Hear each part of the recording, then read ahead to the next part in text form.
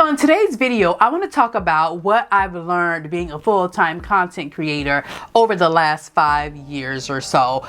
There's some misconceptions, there's some secrets that they're not telling you, and there's just overall some tea that I want to spill about this thing. So the first thing you have to do is determine what you need and what is the purpose of you becoming a content creator or wanting to, do this. Are you simply trying to have, some side income that you use to go shopping every month? You're just trying to make $1,000 a month. You're trying to put yourself through school. Are you really trying to supplement a full-time job income? What is it that you're really trying to do? That's the first thing you have to figure out, because that will determine how you can start this entire journey. So that's something that I didn't do in the beginning. I pretty much just started because I wanted some people to talk to online about my life and my situation, and I just start creating content. But I think the first thing that I should have done was determined, one, if I was gonna make money, but I didn't even know you could make money when I first started. But once I figured it out, I should have determined how much I wanted to make, because when someone said full-time to me, I always assumed it was this big amount of money.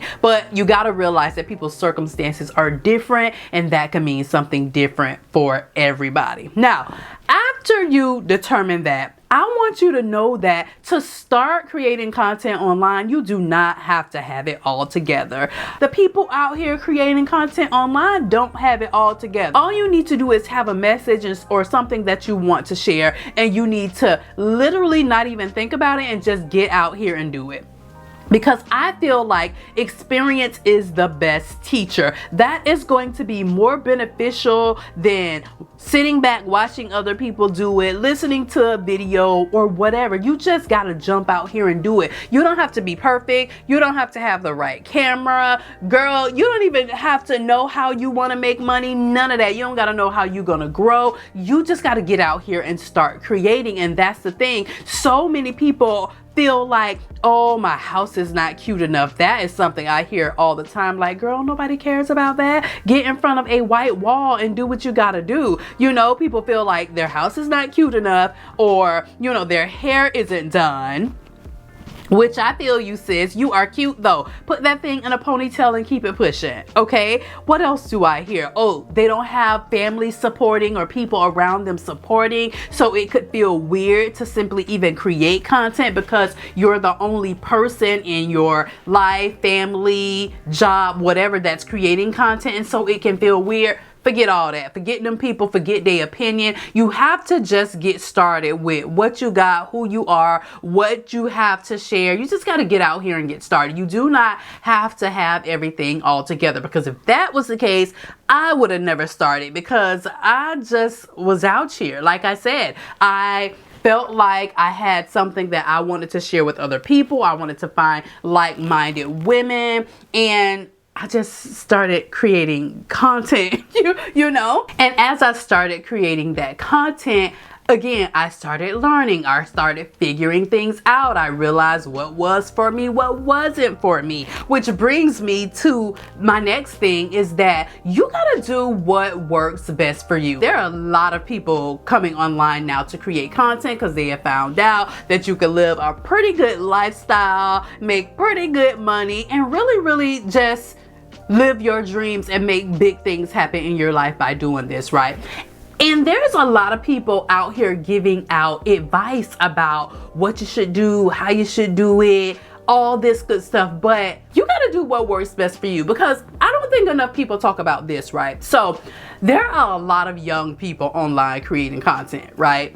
And they are hitting the dances. They got unlimited time and disposable income, free time with no kids and all that. And then you could have a completely different situation, married with children, a full-time job, a spouse, live in a remote area. There's so many situations that can make your ability to create content so different than the next person's. You have to do what works for you. Okay, you might see your girl over here creating 3, 4, 5 posts a day on TikTok or Instagram and uploading constantly to YouTube or whatever, and you sitting there trying to figure out how is this girl putting out all this content. But little do you know, she got all the free time in the world, no kids, no husband, nothing. You know, she's just out here living her best 20-something life. On the other hand, you might be 33 with a husband and some kids and a full household to run and a job and all that stuff. So I don't think people talk about that enough. They want to say, oh, be consistent, you got to do this, show up, engage on other people's content. But baby, take all that with a grain of salt, okay? Because while you out here ordering Uber Eats, girl, I'm in here making a wholesome full meal for my family, which makes our situation so different and makes the advice that you are giving null and void. Now, I'm not saying to make excuses for yourself, because where there's a will, there is a way, and you can get out here and be consistent with your content regardless of your circumstances. But I want you to not be looking at other people and what they are doing. I want you to take people's advice with a grain of salt. I want you to consider your circumstances before you start comparing yourself or comparing, you know, what you're able to do to what people say the standard is. You have to assess your situation and determine how much you can do, because her consistency may look so much different to your consistency, right? Do what you can do the type of content that works for you. Let's talk about that, okay? Let's talk about it, right? So it really did take me a while before I understood and realized that the scroll is not for me. The scroll is not for me. That fast-paced content like that, it doesn't work for the type of life that I live, okay? It doesn't work for the type of person that I am, which is why when you're around here, you're going to hear me talk a lot about passive marketing streams. I'm going to talk a lot about the platforms that don't require the 10 times a day posting and the constant attention, right? I focus on platforms like YouTube and Pinterest that are much more laid back and much more related to the personality that I have and the lifestyle that I have. Listen, I don't know that that's the right thing for the majority of people, but I do know that it's the right thing for me,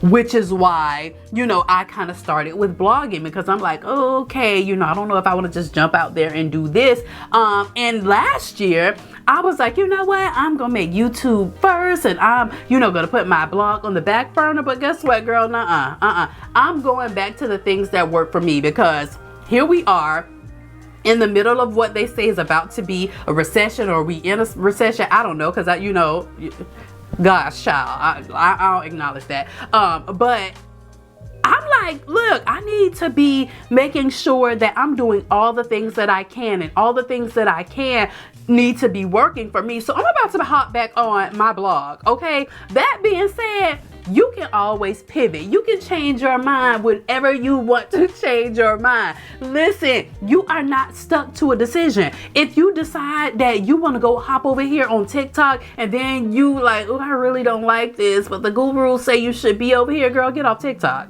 You got no business over there if you don't like doing it. You could change your mind whenever you feel like it, like I just did. I decided I am hopping back on my blog this year. Y'all know how important I feel like a blog is to your brand. It is essential to own your own influence, because while you're out here making all this content on social media, you don't own none of it. You need to have a place where people can contact you, go to your headquarters, and reach out for whatever reason they want to reach out for. So make sure that you are owning your influence, and that you have a blog and you have a place that people can reach you in the event these platforms change their algorithm, or they delete your page for whatever reason, or they stop giving you impressions, whatever. Make sure that you have a blog. If you have no idea what it is, how to start it, how you even make money from it, what's the point, click on the link down in my description. I will have a link to my beginner's bloggers blueprint there. You can download that, and I give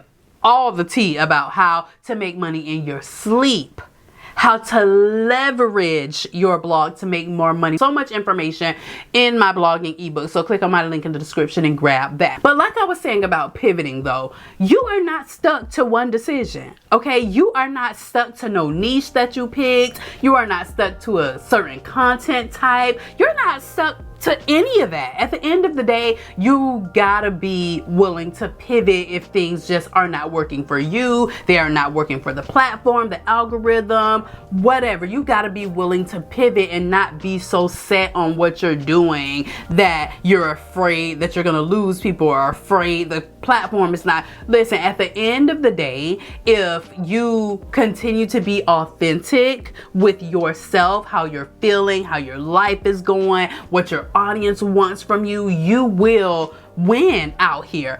Authenticity over everything though, okay? Authenticity over everything. I got online presenting this professional version of Nakisha, right? Because I was in corporate for so long. That's exactly what I knew how to do. I didn't think it would be appropriate for me to come online and just, you know, talk my thing, how I talk my thing with my friends or my family. So I was presenting this watered down version of Nakisha. It wasn't inauthentic, it was just a watered down version of who I really am, right? But you don't have to do that. Authenticity over everything, because I have said it time and time and time and time and time again. Your authenticity is what's going to find your tribe. That's how the people that are like you, who like the things that you like, are going to find you, by you showing up in your full self, giving your full true opinion, you know, showcasing your full style, full vibe. That's how your people are going to find you. So you want to make sure that you are showing up as yourself, giving people all of you, okay? Give them all that personality so that they can decide whether they want to stick around and support you or not. So authenticity over everything. And with remaining authentic, that goes for your content as well. You gotta absolutely love your content. Have you ever like did something so impromptu, or something that you didn't even think was all that? It was just like a little throwaway piece of content, but you did it real quick, maybe just off the top of your head, or just something you thought about and decided to put out, and that's the very piece of content that goes viral. It's because you do it authentically. That's something that you really like, or that's something that really didn't take much effort, and you probably gave more of your true self in that piece of content. When you absolutely love the content you're making, or it's super authentic for who you are, you will find those will be the pieces of content that do so much better for you. Like, for instance, this. I'm just sitting here, I'm just talking. Watch this be the piece of content that people are like, oh, Nakisha, we like this. It's because, yeah, I'm just sitting here, I'm just talking off the top of my head, which I do on every video, and with notes, topics that I wanted to talk about from what I learned. But I'm really just talking, you know, there's no agenda. I'm just really talking about my experience as a creator and kind of how I got here. Now, this next thing is essential, and it's actually one of the things that I really wish I would have learned sooner, and that's not to depend on brand deals to make your money. Listen, it really blows my mind the number of people that become content creators and influencers simply to work with the brands, but there's so many other ways to make money. When I first started out online, most of you know that I was a blogger, and I gained attention from my blog and eventually became an influencer, basically where I did tons of brand deals with some of the major brands, and that was my thing. I would be doing brand deals all the time, but in between those brand deals, I was just out here making my content, waiting around basically for the next brand deal, until one day I was like, this can't be it. This can't be how this works, because I feel like I'm just making content to get noticed by a brand. And essentially that is exactly what I was doing. And I see a lot of creators nowadays doing exactly that. And I'm like, oh my gosh, that's such a mistake. Someone really needs to tell them that that's not how none of this works. So listen, there's so many other ways to make money here online. You have the platforms giving out money now for you to create. That wasn't a thing when I started. There are just so many ways. You can take a look at my channel from digital products. You got YouTube, affiliate marketing, a blog, so many ways to make money. Please do not sit around and make content just for the sake of a brand to pick you. Okay, just waiting around for a brand to say, okay, you're worthy of this money.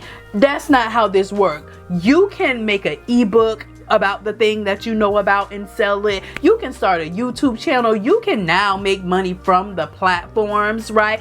Do not sit around waiting for brands to pay you, because you're gonna be waiting these days. There's too many people out here doing this now, right? And I'm sorry to say this, they might be doing it a bit better than you, okay? But the competition is too great now for you to be sitting around waiting on brand deals. The economy is just not what it was before. Brands are cutting back. So it's going to be up to you to kind of get out here and make your money outside of these brands. Platforms are paying now, okay? If you know that you want to make $3,000 a month, do the math, break it down. Okay, in order for me to make $3,000 a month on YouTube, okay, I need to be putting up 8 videos. So that means 2 videos a week, whatever. Break that thing down. It should be very, very easy for you to be able to do the math to determine that. And then make sure you're on multiple platforms. This is something that I'm working on now. Should have been worked on long time ago,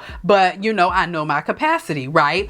If you are creating videos here on YouTube, don't be afraid to upload those videos natively to Facebook. Don't be afraid to put those on your blog. There's so many different ways you can make money with the same exact content without even doing anything new, right? So make sure that you are not depending on these brands and that you're diversifying your platforms that you're on, using your same content to make money in multiple ways. And then lastly, I want to say, listen to your audience. Once you're creating content and people start to give you feedback and they will say, hey, we like this, or I don't know about that. Start listening to your audience, because they're going to give you great feedback that will help you grow if you implement it in the right way. This is how I pretty much grew here on YouTube. I took the feedback from the people that were watching me and I implemented it into my videos, and I have watched other people and me myself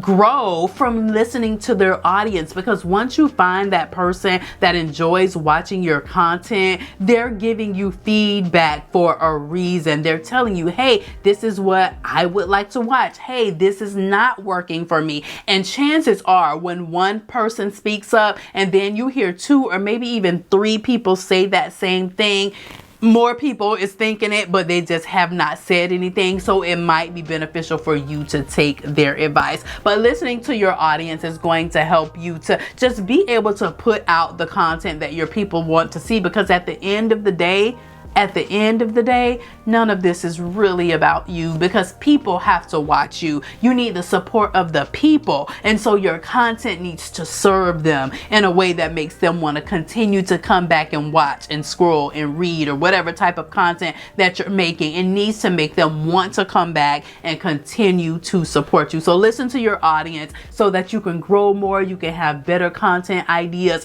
and you truly can get out here and grow and do your thing as a content creator.